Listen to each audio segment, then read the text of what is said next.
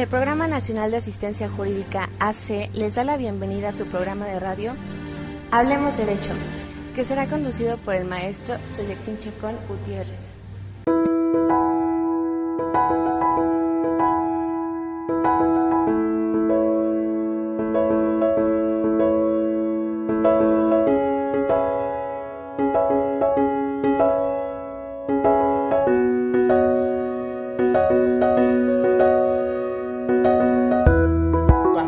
Con esas obligaciones.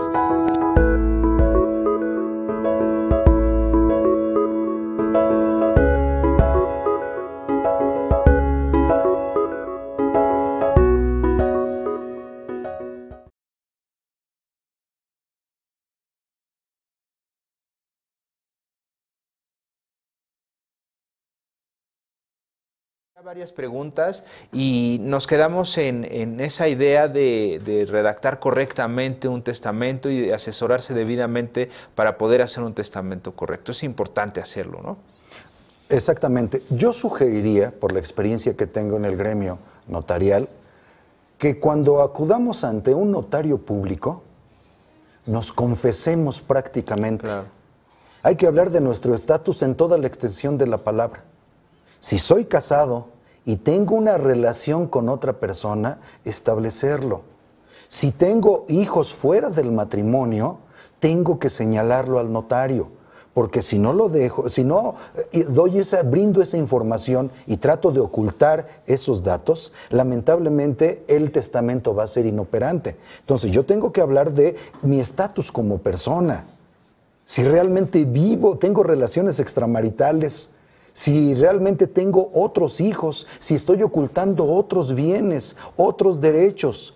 Un punto relevante es que para otorgar el testamento no necesariamente debo tener escritura pública de un bien inmueble. Claro. Yo puedo haber adquirido una propiedad mediante un contrato privado y aunque todavía no lo regularice a través de la escritura pública ni pague impuestos, yo ya tengo derechos respecto a esa propiedad y en mi testamento lo puedo señalar. Y en el momento que pierdo la vida, obviamente mis herederos podrán reclamar esos derechos que me pudieron haber correspondido de esa propiedad. Inclusive, si en un momento determinado fallezco y no reclamé derechos, que fue muy similar a lo que nos preguntaron hace rato, derechos de mi padre, pues desde luego mi hijo puede abrir mi sucesión, reclamar mi herencia y después adjudicarse y convertirse en propietario de los bienes que originalmente eran. ¿Cuál es la diferencia con un inmueble normal? ¿Qué podría decirnos, maestro? Bien, en el caso del condominio lo sanciona la ley como una unidad. Pues en la Defensoría Pública no solo damos patrocinio, damos asesoría jurídica. De hecho, es como el primer paso. Claro. La asesoría jurídica es en todas las materias. Nosotros podemos la atender a los...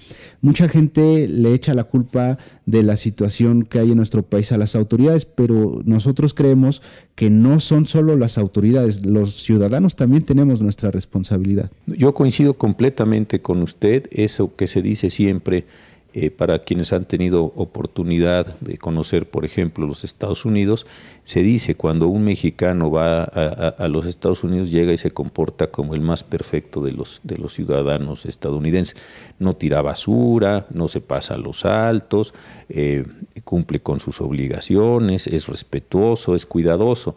Y yo creo que esa manera en la que el mismo mexicano se comporta en un orden jurídico y en otro, o en un país y en otro, sí me parece que demuestra claramente lo que usted está diciendo. Sí, los mexicanos somos poco dados en nuestro país, desafortunadamente, a cumplir con las Estamos obligaciones. hablando acerca de las personas que intervienen, se les llama sujetos del proceso o del proceso. Nos falta hablar de la policía. De la policía, y la policía, fíjense, es un tema muy interesante. Pues yo creo que es necesario que hablemos del tema principal, ¿Qué es el cáncer cérvico-uterino? ¿Qué lo ocasiona? El VPH, el virus del papiloma humano. Amigos, sepan qué es la Comisión de Fomento. Usted es presidenta actualmente de la Comisión de Fomento de la Cámara de Diputados. Se llama Comisión de Fomento Cooperativo y Economías Forzadas. Y estamos hablando sobre esa distinción entre una desaparición forzada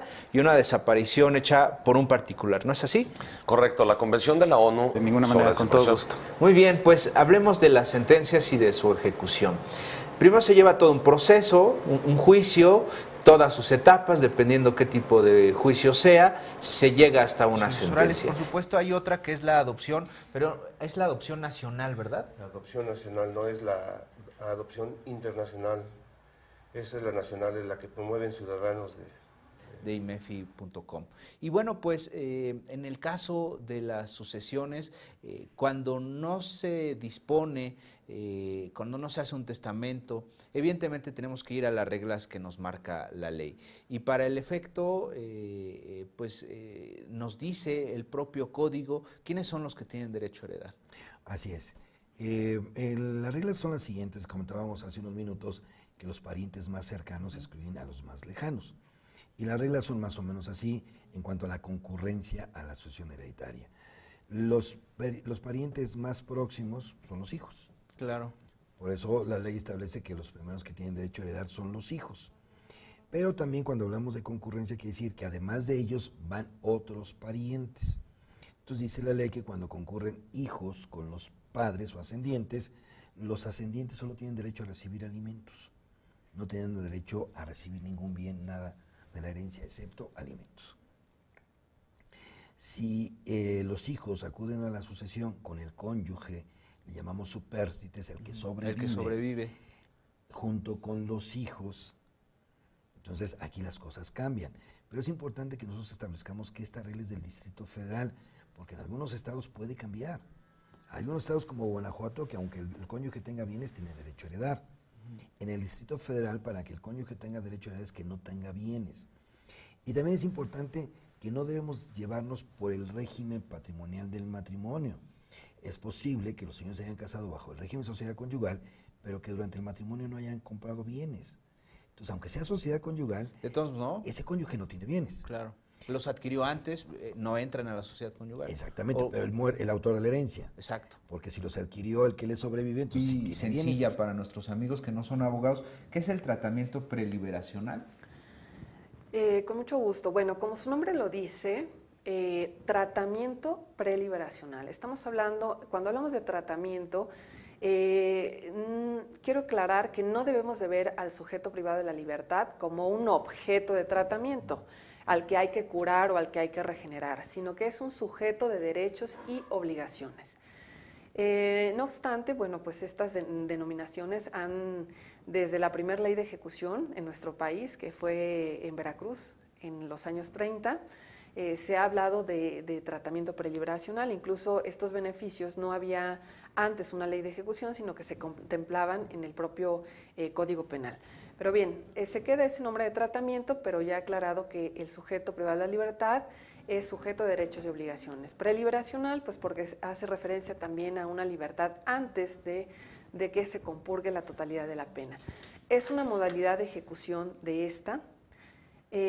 Cuando un sujeto la obtiene al reunir el 50% de su pena y que no se encuentra en alguno de los supuestos que impide la ley, es decir, que actualmente, cuando al momento de promover, se siga un procedimiento ante el Foro Común o Federal. Por otro delito. Por otro delito diverso.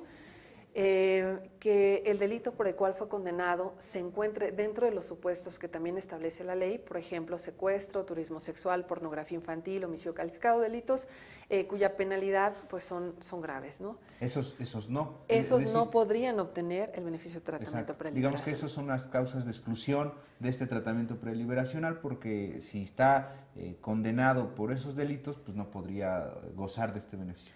Así es, y también, bueno, otra causal de improcedencia sería el que con anterioridad haya sido beneficiado con una modalidad de libertad anticipada de las 4 que ya hemos hablado, se encuentra vigente o le haya sido revocado. Es decir, que por un delito hubiesen promovido algún beneficio penitenciario, hubiesen obtenido, por ejemplo, la libertad preparatoria y promuevan en forma paralela otro beneficio por otro delito, porque no pueden coexistir, ya que el seguimiento postpenitenciario es único y el Código Penal es muy claro: para compurgar las penas privativas de libertad deben de ser en forma sucesiva y no simultánea o acumulada. Por ello es que a través del tratamiento preliberacional se requiere, primero, ser primo delincuente, haber cubierto la pena pública de reparación del daño, tener actividades deportivas, culturales y recreativas, buena conducta, es muy importante.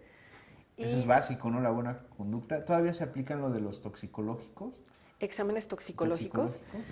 Bueno, en forma periódica se realizan diversas campañas de salud para ver el estado en el que se encuentra la población de determinado centro, y efectivamente hay un problema de adicciones al interior de los centros de reclusión por las mismas condiciones de hacinamiento. Muchas veces, desafortunadamente, aquellos sujetos que no eran farmacodependientes lo son por el estrés y las condiciones de estrés, bueno, como he mencionado. O quizá la presión de los otros reclusos, ¿no? Con tal de tener ahí un cliente, a lo mejor, que bueno, se supone que no debería, pues lo obligan a que consuma. Bueno, son muchos factores que, aunque no es el tema central del tema de los beneficios penitenciarios, es un fenómeno ampliamente también estudiado y difundido. Pero lo que yo quiero señalar, que en cuanto a los correctivos disciplinarios, aquel sujeto que transgrede el reglamento de los centros de reclusión, cada centro se rige por un reglamento interno. La autoridad máxima de los centros no es el director. El director es el que preside el Consejo Técnico Interdisciplinario. Y este Consejo Técnico Interdisciplinario es la autoridad de mayor jerarquía que se encarga justamente de la organización del centro y también de sesionar respecto de aquellos sujetos que han transgredido el reglamento de los centros de reclusión, para que a través de una audiencia y asistidos por un defensor, que esto también es una gran diferencia con el anterior procedimiento, les es impuesto un correctivo disciplinario. El de menor envergadura es una amonestación verbal y el de mayor impacto es el aislamiento temporal hasta por 60 días. Entonces, cuando un sujeto, por ejemplo, se encuentra intoxicado por haber consumido alguna droga tóxico enervante, también es muy común que en los centros, porque es muy fácil, se realice pulque o se tengan objetos no permitidos por el reglamento de los centros de reclusión, que sus familiares incluso pretendan introducir objetos no permitidos. Es decir, no es necesario que ellos realicen una conducta en forma directa y que tengan el dominio del hecho, sino que también los familiares y aquellos que son enlistados para poder practicar estas visitas deben de la misma forma observar los lineamientos de los centros. De lo contrario, entonces, los sujetos serán sancionados a través de cualquiera de los correctivos disciplinarios que se encuentran previstos. Por supuesto, hay dos papás, papá, mamá, etcétera, que no se ponen de acuerdo en cómo van a convivir, ¿no? con el menor. Es el enojo que traen entre ellos mismos. Ese es lo que impide que esas convivencias se lleven a cabo de manera natural. Si hay un vínculo natural, biológicamente hablando, ¿por qué no lo traspolamos al ámbito social y familiar? La familia tiene que seguir existiendo aunque los padres estén separados, y eso es lo que tienen que aprender, y eso es lo que le tenemos que enseñar a los niños. Bien, amigos, ya estamos en su programa Hablemos Derecho, estamos de regreso, estamos con la licenciada Darlene, presidenta de la Junta Local de Conciliación y Arbitraje, y estamos hablando de los derechos laborales, de los derechos de los trabajadores, también de la forma en que se distribuye la Junta Local de Conciliación y Arbitraje. También tocamos un poco acerca de la nueva Ley Federal del Trabajo. ¿Qué tantos cambios trajo esta nueva Ley Federal del Trabajo? Bueno, mira, finalmente esta nueva Ley Federal del Trabajo es una iniciativa que tenía más de 10 años, que se había estado cabildeando en la Cámara de Diputados. Principalmente era una iniciativa que en su momento habían establecido los patrones, la parte empresarial. Sin embargo, bueno, pues en esta última fase de discusión que se dio de una manera muy rápida, casi fue fast track porque la presentaron en noviembre, se instaló la mesa de revisión y prácticamente tuvieron 2 semanas para hacer esta revisión y discusión y posteriormente pasarla para la aprobación correspondiente. Uno de los principales objetivos que tenía y que fue la justificación de esta ley era que con estas reformas se iba a ampliar la gama de empleos o el número de empleos, cosa que bueno, pues ya un año de esta ley hemos visto que al contrario ha disminuido. Los días de ayer y antier salieron las noticias que al contrario, en lugar de aumentarse el número de empleos, se vio disminuido. Se tenía proyectado que se crearan por lo menos 500,000 empleos el año pasado y bueno, pues se crearon cerca de 450,000, entonces se vio por debajo de la suma proyectada. Y bueno, una de las principales reformas que se hicieron fue el añadir nuevos modelos de contratación, que tiene que ver con la temporalidad, que tiene que ver también con el outsourcing o llamado subcontratación, también fueron una de las reformas. Sin embargo, afortunadamente también por parte de los diputados, sobre todo de izquierda, lograron incluir ahí algunos candados en el caso de no dejar tan abierto el esquema de la subcontratación, en donde también a ese tercero lo obligan a que establezca las condiciones establecidas en la Ley Federal del Trabajo mínimas, las mismas que tiene el patrón de origen, tendría que tenerlas el que está subcontratando, sobre todo porque él está obligado a que ese tercero que está contratando tenga todas las condiciones mínimas que establece la Ley Federal del Trabajo. Si esta empresa que contrata directamente al trabajador no está cumpliendo en el momento que él quiera demandar a esta empresa o el outsourcing, solidariamente también es obligado, si el otro no verificó, que los trabajadores que tiene esa empresa tuviesen las condiciones mínimas de seguridad. Eso es bien importante porque el trabajador no se le, en ningún momento no se le vulnera sus derechos. Si no lo protege uno, el otro solidariamente es responsable. Sí, es correcto. Entonces, este fue uno de los candados que metieron de última hora a esta parte de la subcontratación. Por esta razón, bueno, pues ni una ni otra parte quedaron a gusto por la redacción final que se le dio a esta reforma. Y bueno, otra de las principales modificaciones que se dieron también a la ley fue la parte de los salarios caídos. Anteriormente en los litigios, durante el tiempo que duraran los juicios, seguían contabilizando los salarios caídos y bueno, pues tenemos juicios, aquí en la Junta tenemos juicios todavía desde el 92, entonces bueno, pues en el entendido que siguen corriendo los salarios caídos, te imaginarás la cuenta que se lleva acumulando en esos asuntos. Entonces, a raíz de esta situación y para evitar precisamente que los abogados tendieran a que esos juicios se alargaran, lo que se buscó en esta parte es acotar el tema de los salarios caídos y bueno, quedó reducido solamente a 15 meses y lo que se va agregando es que si el que se necesita juicio dura más de un año, se va sumando mes a mes el 2%. Esa nueva forma de administrar justicia. Bueno, lo que se necesita, pues digo, es el talento del Poder Judicial de poder implementar un cambio que representa 180 grados de diferencia, es decir, es totalmente diferente el sistema anterior, el sistema escrito, al sistema actual que hoy propone nuestra Constitución General de la República. Entonces, este cambio tan brusco, tan repentino que ha habido, pues digo, ha hecho que la transformación sea todavía más complicada. Lo primero que se requiere es transformar mentalidades. Es decir, este juez escribano, este juez de papel, este juez de audiencias en donde él no está presente, ese juez va a desaparecer. Ese juez ya no tiene cabida dentro del sistema judicial nuevo. ¿Qué es lo que queremos? Queremos un juez que tenga apertura, que haga las audiencias públicas, que las audiencias se puedan filmar, que sean verdaderamente entendibles por la población, que cualquiera pueda visualizar lo que está haciendo un juez públicamente, etcétera. Una apertura total en el tema. Pero claro, cuando se nos critica aquí en el tribunal que no tenemos cámaras, sí, no tenemos cámaras, porque el costo de las cámaras casi son 300 millones de pesos que ni nosotros ni el gobierno de la ciudad tiene. Y así vienen los etcéteras de lo costoso que va a ser del orden público, de las disposiciones en materia de familia, la importancia que tiene para el mundo. Así es, y una de las características del proceso familiar es que el juez tiene amplias facultades para proteger a aquellas personas dentro del grupo familiar que se encuentran en un estado vulnerable.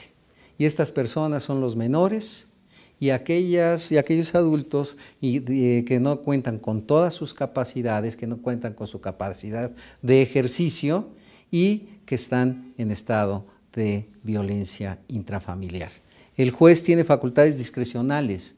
Las normas en este sentido son irrenunciables. Verbigracia, los alimentos no pueden ser renunciados, siempre se deben de otorgar. Y esta forma en que se encuentra diseñado en la actualidad el proceso hace que este proceso sea participativo en gran medida de la intervención del juez. El juez no solamente es el árbitro que escucha a las dos partes, sino que conduce todo el proceso a través del principio de dirección procesal. El principio de dirección procesal en materia familiar tiene tintes que no encontramos. ¿Qué pasa si uno de los padres fallece, uno de los que ejercen la patria potestad, que ahí no habría tanto problema? El gran problema es cuando fallecen los dos. Maestra María Luisa. En este caso, bueno, nuestro código establece el supuesto, si fallece uno, el que queda detenta la patria potestad y sin problema puede continuar ejerciendo tanto los derechos como las obligaciones. En caso de que fallecieran los dos, ahí entrarían los abuelos. Este supuesto lo marca nuestra ley, nuestro código, y en caso de que no existan abuelos en ninguna de las dos líneas, paterna o materna, ahí ya tendría que buscarse una figura sustitutiva de la patria potestad, que en este caso es la tutela. Entonces, son supuestos muy específicos y habría que atender al caso concreto. Sí, de hecho, ahí pasa algo muy interesante en las legislaciones de los estados y por supuesto del Distrito Federal. Anteriormente, y corrígeme, maestra María Luisa, si me equivoco, en el propio Distrito Federal, en el Código Civil, se establecía que quien tenía automáticamente o casi automáticamente el ejercicio de la patria potestad ante el fallecimiento de los padres eran los abuelos, pero los abuelos paternos. Se modificó pues porque era una situación ahí que podría resultar discriminatoria o que no atendía la situación particular del caso, y bueno, ahora se establece claramente que es quien decide el juez, quien sea mejor, cualquiera de los abuelos, paterno o materno, a decisión del juez. En el Estado de México es diferente, porque ahí quien ejerce automáticamente la patria potestad son los abuelos maternos. Específicamente dice que son los abuelos maternos. Obviamente podrán darse muchas situaciones, pero ya hay una disposición expresa. Claro, de hecho esas normas fueron modificadas, se reformó nuestro Código Civil, sin embargo esas normas eran discriminatorias. No se puede, la norma en sí no puede establecer de forma directa si es la línea paterna o la línea materna. ¿Por qué? Porque aquí hay que atender a principios de derecho y uno de ellos es el principio del interés superior del niño. Y en alguna ocasión lo comentamos, estos principios no tienen forma, hay que darles forma. ¿Y cómo se hace? Analizando las circunstancias especiales del caso. Entonces, en este supuesto, para determinar cuál de las dos líneas es adecuada, hay que analizar con quién estaría mejor el menor o los menores, y eso debe atenderse a las circunstancias específicas. Sí, no se vale generalizar, porque claro, a lo mejor, aunque la disposición legal diga una cosa, en la realidad sería contraproducente que se cumpliera esa disposición, cuando estarían mejor en el otro lado, ¿no? Claro, y además generalizar es una forma de discriminar. Claro. Entonces, la ley establece una discriminación en cierta forma, en ocasiones, de forma directa. La modificación de ciertas normas es importante.